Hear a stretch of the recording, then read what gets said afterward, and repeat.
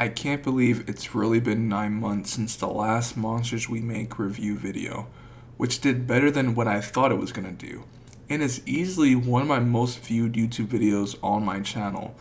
Not really too surprised though, considering I use Cory's name for views. I literally decided to read the manga just to do a review on it and see how well a video on it would do. Safe to say, it worked out pretty well. And now here we are with the second volume. Before I get into it though, I do want to look over some of the feedback from the first review. Honestly, I was surprised on the number of people who were quite understanding on that review.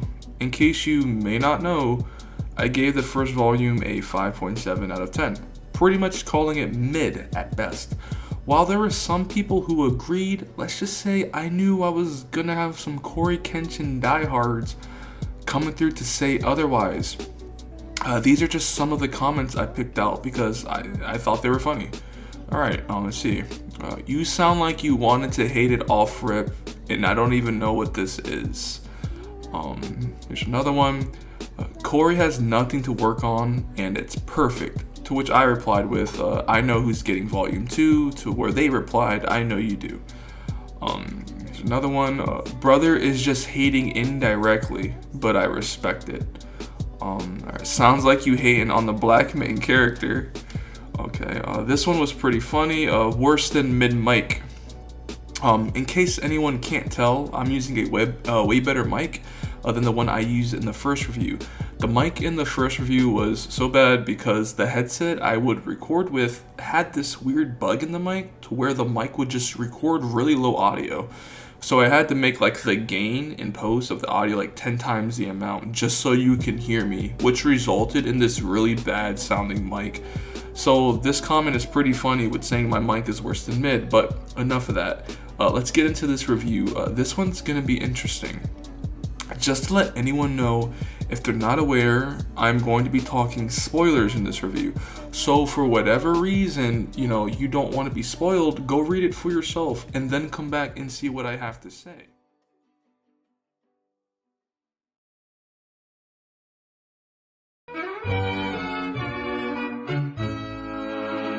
Not done fighting. I don't feel I lose in my dreaming. So I figured I would start with the art first, considering the art to a manga is one of the key components to what people look out for when reading one. And as I was going through it, there were some artists' works I was familiar with this volume. One of the first ones being everyone's favorite Filipino webtoons artist, Third PHP. In case anyone is new here, I too also draw and have been studying the craft of art for it's going to be 5 years now, which is crazy. I have an art Discord dedicated to all artists of all skill level, and we have tons of resources on there to help you improve. We have some pros in there as well, people who like to share their stories and maybe want to get some tips from other artists. That's also the place where I am most active. So if you want to stop on by and say hey, come check out what we got. The link to join will be in the description and it's free. So Third PHP is one of many artists I'm aware of.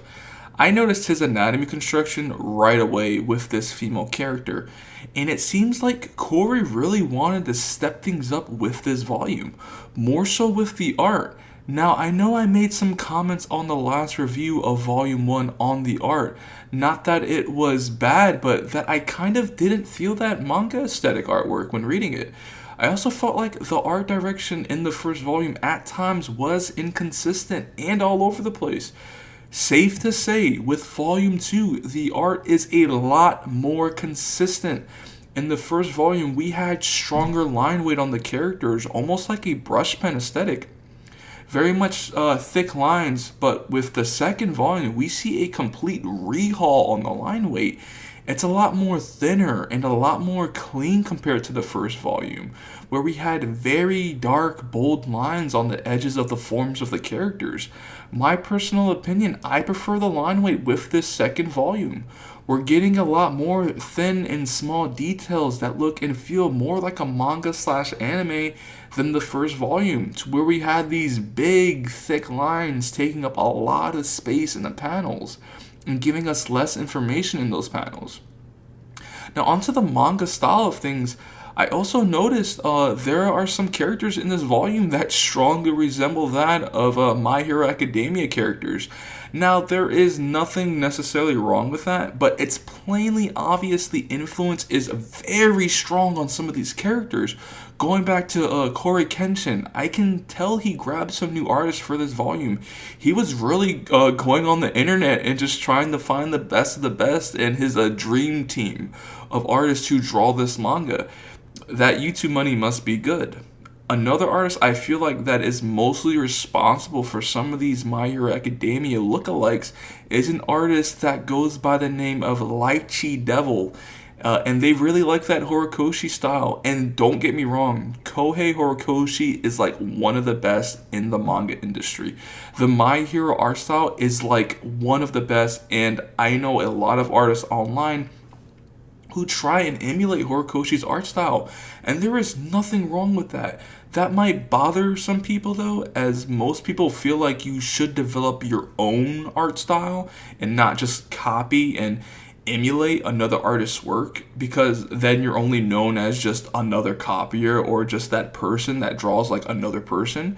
But each to their own. Art is hard, and it's not as easy as going out there and making your own art style. It takes years of drawing to even develop something that is entirely unique to you. So I don't mind people who emulate other artists' works like this artist. But it can be a problem when the reader just can't help but think to themselves, My Hero Academia, when seeing some of these characters' designs. I mean, some of them look almost one-to-one to some characters in My Hero Academia. You know, it's like, Mom, can I buy this volume of My Hero Academia? No, we have My Hero Academia at home, and it's monsters we make. But I don't blame them. That Horikoshi style is something different. I mean, look at some of his stuff. And don't even get me started on some of his pencil works. I mean, goddamn! Looking at some of the fight scenes in Volume 2 is really a step up. I mean, we're getting more dynamic compositions and better play on perspective, to where it's making these fights have more weight to them. I could be wrong, but I think a lot of these dynamic fight scenes are done by the artist, Third PHP. It's just very similar to his composition layouts and style, and it does make those fight scenes look better. I can see his style often throughout the manga. It just screams, Third PHP, his classic, triangle heads. When it comes to exaggerating a serious scene, we see it multiple times in the manga. But you can see it in other works. He does this quite a bit, and I couldn't be surprised if he just did a good chunk of this manga. Like this panel just screams Third PHP's work. But it's good and really helps the manga out. We do get a JoJo reference in the manga, being the JoJo art style. I don't really get the point of them doing this, other than maybe, Cory was like, I like JoJo, so let's just do a panel where the characters are drawn in the JoJo Bizarre Adventure style. But it's just like randomly thrown in there for like no other reason than to just be like, oh, hey guys, look, the JoJo anime? Look at my characters drawn in that style. Isn't that cool? I do have some personal favorite panels in here. And I do think they are really well done. And in some cases, outright badass. But in terms of the artwork as a whole, these new artists really did their thing. I can tell they worked really hard on this volume, and it shows. So to all the artists, you guys did a phenomenal job on this volume. It is way better than the first volume. So without a doubt, the art in Volume 2 absolutely crushes Volume 1.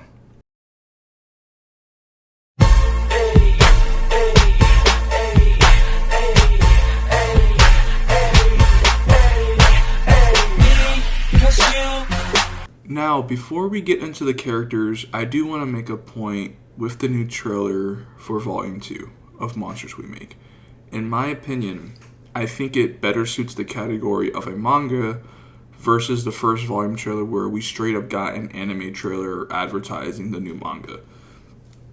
While it was awesome, I couldn't help but feel like it wasn't the best way to release a comic or manga, because it can be misleading and stir up confusion to what is really going on. I thought to myself, wait, is this an anime or a manga? And if it's a manga, why did he release a full-blown animation for something that's not even going to be an anime?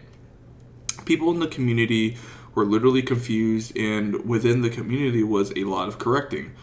With people thinking CoryxKenshin is coming out with a new anime, when in fact it was just a manga. So I can't help but appreciate that Cory probably caught on to this and decided instead to release a motion tween trailer with the official manga art. I personally think this was for the better, and should honestly had been like this for the first volume trailer. Also, I'm sure doing a trailer this way is way cheaper than doing a full-blown animation like you did for the first volume. I don't know, I think those manga trailers we get, like the Chainsaw Man one, was really great. If you do them right, we're seeing those more and more as time goes on, whether it be a Bleach, Naruto, or One Piece. I think those kind of manga trailers are really neat and fun to look at. Now onto the characters. In Volume 2, we get a fair amount of new Hound characters being introduced into the world. Those being characters like Bastion, Ren, Tilly, Wraith, Kilo, Sino, and a few others, but no one really too important in this volume. These are more of your newly added side characters, but I'll briefly go over them. We'll start off with Bastion. He's one of the members on Fane's team, and if you're not familiar with Fane, he's like the first asshole you see being the bully in the first volume that bumps into September, but ends up being scared shitless towards her. So back to Bastion. He's pretty much your weird, abnormal character. Just think Shino from Naruto, and that's him. His tuning abilities is that of particle propulsion. He can multiply any objects he throws. So if he throws like ninja stars, he can multiply more ninja stars. He throws donuts, he can make more donuts. You get it. Next, we have Ren. She's a lot more outgoing and outspoken and kind of jolly all the time. I hate to come back to these My Hero Academia references, but I just couldn't help but see this character in my head when looking at Ren's design. And I don't even know who this character is. I'm not even a big My Hero fan, but I can't help it with just seeing the My Hero Academia influence in some of these characters' designs. But her tuning abilities is an elemental one. She has command over the air, so think Avatar: The Last Airbender. Next, we have Tilly. She's kind of like your stuck-up, don't bother me character, kind of similar to Alicent on Jabari's team. Her tuning abilities is spatial precision. So she has like aimbot. Think like a Black Widow from Overwatch. She also uses a sniper rifle. Next we have Wraith, which is not part of Fane's team, but was a member of the Delta team that got wiped out in the first chapter of the last volume. He is by far the most story-focused Hound character in this volume, and my personal favorite out of all the new Hound characters we get to learn about. Hate to keep coming back to it, but he just looks like this one emo-handed character from My Hero Academia. It was like almost immediate after seeing his design. Clearly My Hero Horikoshi inspired, but Wraith's ability is by far the coolest out of all the other Hounds. He pretty much has the power of that of the Grim Reaper. He can commune with souls of the dead through their possessions and use their souls to fight. He also uses a scythe as his main weapon. If you're not familiar with him already, he made a brief appearance in Volume 1 when Jabari was walking down the hall, pretty much foreshadowing his appearance for Volume 2. Lastly, we have Kilo, Sino, and Unique, who are new Hound characters to Team Beta. Not much is really given for these characters other than that they also suffer a heavy loss to their team, and that Sino feels guilty and responsible as team leader of Beta team. But more on that later on the story portion of this review. I want to come back real quick to the original cast of characters, being Jabari, Alicent, September, Liam, and Han. I know I talked about the art already, but since we're talking about the characters, I do want to make a note on some of the design rehauls on some of the original cast. More specifically on my personal favorite, Alicent. I couldn't help but notice the drastic change from her design from the first volume. I'm gonna be honest with saying I kinda like the design in the first volume better. I also noticed they gave her like this skull charm pendant thing in her hair, which she didn't have in the first volume. I noticed it seems like they made her more masculine in this new volume compared to the more feminine look we got in the first volume. Maybe it was decided to make her look more intimidating.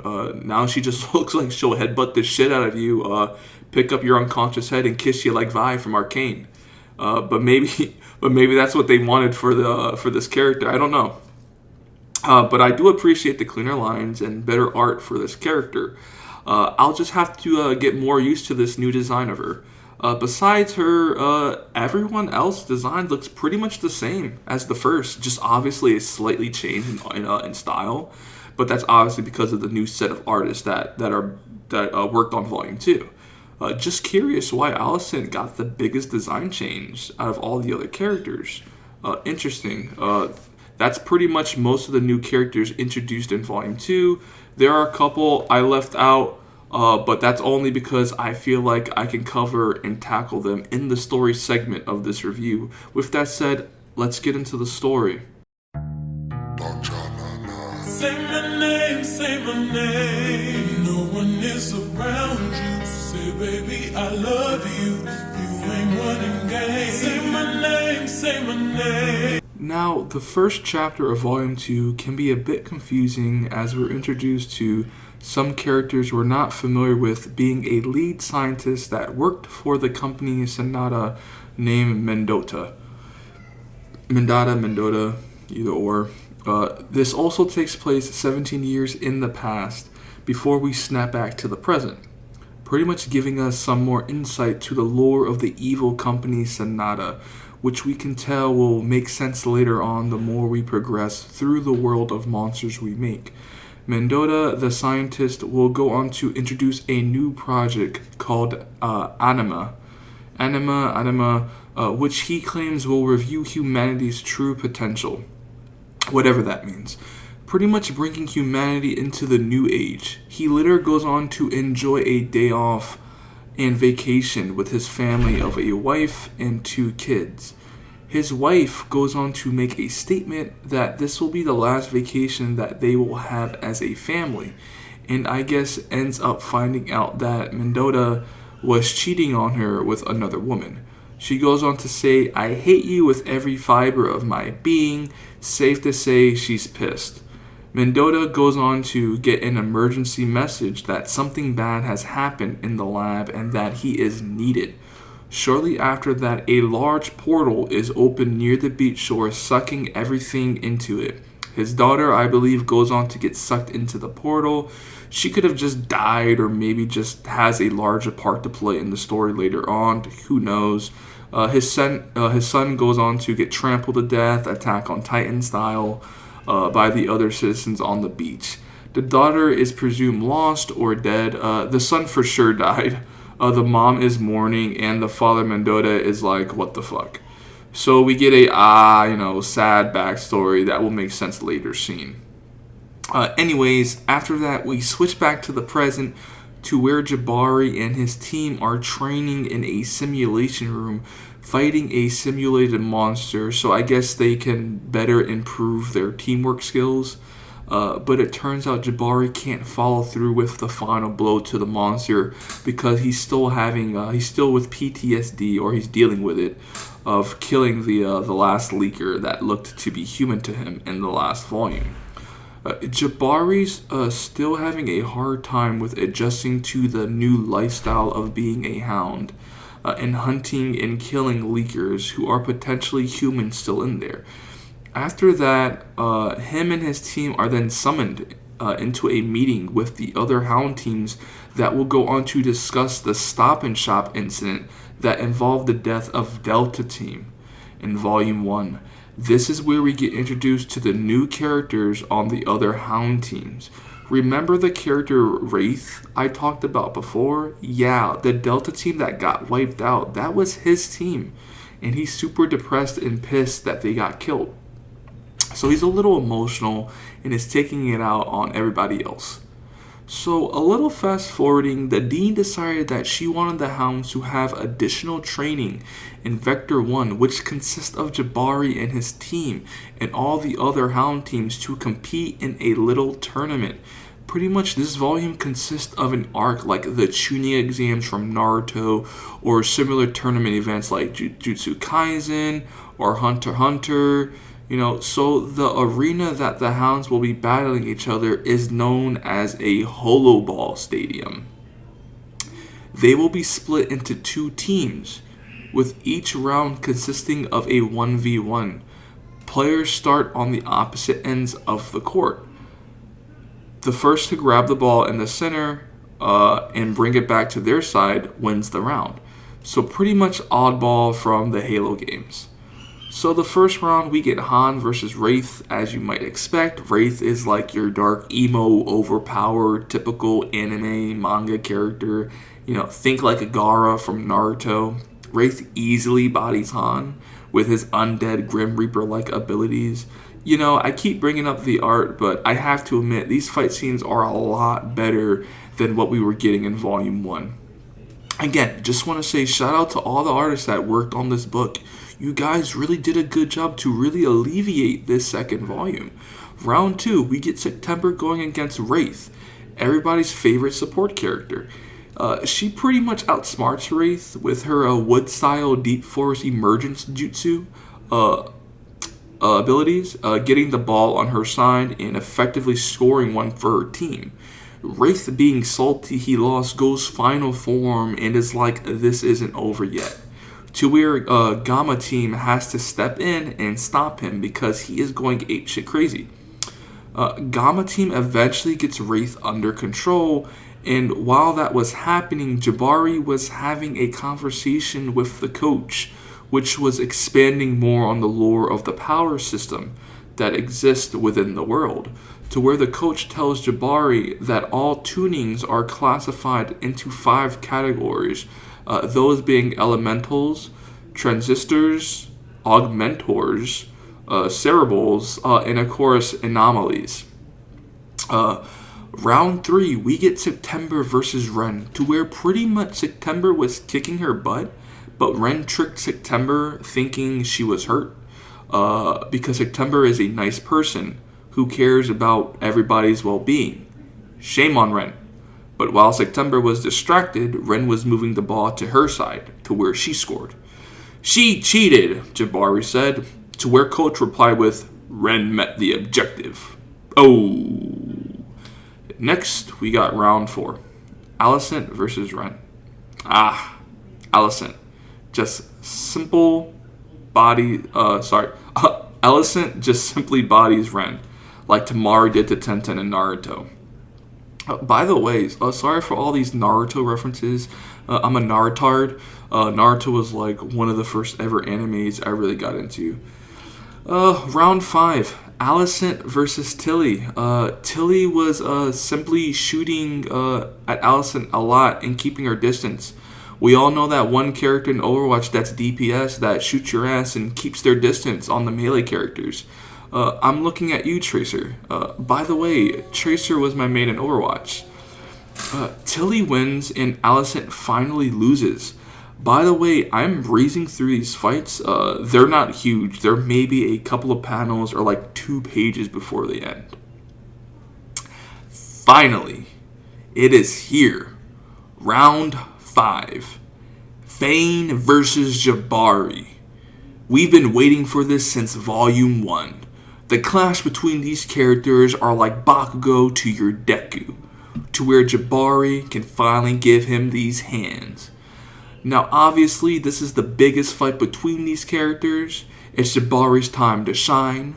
Tensions are high. It's time to show this bully what Jabari is really about. Now I'm not gonna lie, I was not expecting this Fane character to be this strong. Maybe because we didn't see much of him in Volume 1. but we're getting a lot of him with this second volume. And I have to say, some of the panels in here are some of my favorites in this volume. Now, during this fight, Jabari does end up beating Fane, but only because he scored with the ball, not because he outstrengthened him. During his victory, Jabari comes to his senses again, that all the hounds are just being used, and that he's tired of it all. He lets himself be heard by shouting out to everyone in the audience that he is done playing Sonata's games, and that he refuses to be their lapdog anymore. That he is walking out of here as a free man. All his fellow hounds are in shock to see what he's doing. He is woke. Fane is then tasked on stopping Jabari. Now tensions are even higher than they were before. This is no longer a game of grab the ball, but a game of death.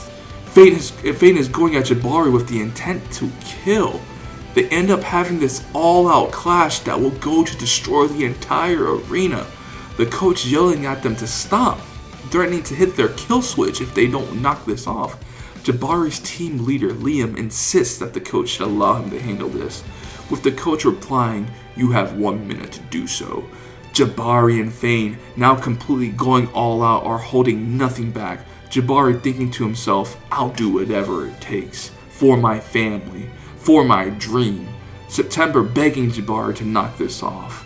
But before Jabari could come to his senses, it is too late. The despair on Jabari's face as Fane is coming at him with everything he's got. Kaboom! The dust clears, but Jabari is nowhere in sight.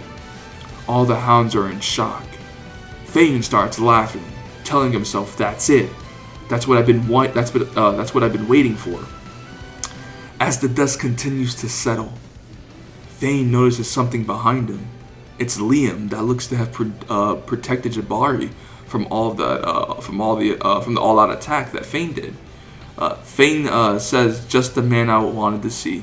Coach resets the arena. Coach reset the arena. "You're out of your goddamn mind," Coach replies. "Coach, please." Liam insists he wants this fight with Fane. To where Fane lastly replies, "Show me what the Night of Eden is made of." And we get A to be continued.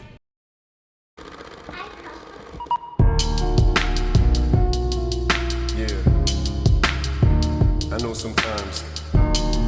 I want to say the panel where Jabari is in absolute despair is like my favorite panel in the entire manga. Whoever was responsible for drawing this, you did an amazing job. I think it really captures the situation he was in very nicely. But onto the final conclusion of Monsters We Make, Volume 2. You know, I was going back and forth whether or not to give this volume an 8 out of 10. Because it improved on a lot of things I had a problem with in Volume 1.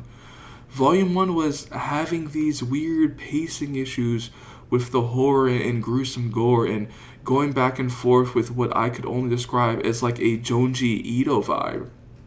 But wasn't mixing good with the more lighthearted shonen approach with the Hounds and Jabari. So I really appreciate that we didn't have this inconsistency with this second volume. You can really tell this volume, it knew what it wanted to be and not be all these things that Volume 1 was trying to be. Volume 2 is a solid story that doesn't branch off. Is it simple? Yes. Very, but simple in understanding is still better than confusing and mixing multiple story elements like we got in Volume 1. In some ways, Volume 2 feels and looks like an entirely new story from the first volume. But Monsters We Make Volume 2 still suffers to what I believe to be poor choices of dialogue, mostly coming from Jabari when he goes on to confront Fane early on in the story, to where he says, first you ran from September, now you're running your mouth. How about you run these hands next? I couldn't help but cringe. It was like, taking me back to middle school again, to where you would just see school fights and like the Catch Me Outside girl. But you could say, well, Tim, Jabari is a teenager and is arguably in middle/high school, and to that I would say yes, but I still think it's just poor choice of words for our main character. You wouldn't even catch Miles Morales saying that in the Spider-Verse. The only line I could think of is when he says, I'm gonna do my own thing, which was just funny, but I get it as a black main character who has a little swagger. The way he leaps off of rooftops and flips backwards to face the camera before falling into a headfirst dive is just full of the exaggerated swagger of a black teen. But the comedy and relationships like Jabari and Han just ain't clicking. I get it that it needs to be implemented somewhere in the manga, but that just ain't it. So because of some of like the cheesiness dialogue that still exists, I have to settle with a 7.6 out of 10. It really could have been an 8 out of 10 if we didn't get some of those corny lines Jabari and Han would say. You don't have to silence them, but just give them better lines or put them in more funny scenarios that everybody can relate to. I still laugh at the old Dragon Ball comics, where Akira Toriyama took Goku's innocence and was making jokes with it. Like Kid Goku would go to, females and check whether they were, male or female by putting by patting down their crotch. Or that time Goku lifted Bulma's panties only to find out her balls were missing, but Bulma woke up and assumed he meant the Dragon Balls. Small stuff like that adds so much comedy to your stories, without it feeling like you're just, you're forcing a joke. God, I'm so happy I'm getting this video out the way. In case anyone is wondering if I will read Volume 3 and do a review on it, probably not. At the time of working on this video, I've seen the Monsters We Make website was updated with like pre-orders for Volume 3. I'm good. I don't want to read this story no more. It actually hurts to read and dissect these volumes. And I'm not even trying to be a hater. The art cover for Volume 3 looks badass. I really like the composition, but I'm no longer interested with these stories. I'll probably dabble here and there to see maybe where it's at in a couple of volumes, if it ever makes it to that, if it ever makes it that far, but we'll see. But I hope all the best for Cory and in his manga. I was just doing these videos for views. I don't even watch CoryxKenshin. My little brother told me about this. He knew I drew anime and told me to read it. Now, with that said, if you are an artist and would like to make your own comic, / manga, I have an art Discord where you can join an ever-growing community of artists of various skill levels. We can help you draw better so that you can make a manga better or worse than CoryxKenshin's. The link will be in the description, free of charge. That's pretty much it. Now go read Berserk, the best manga of all time.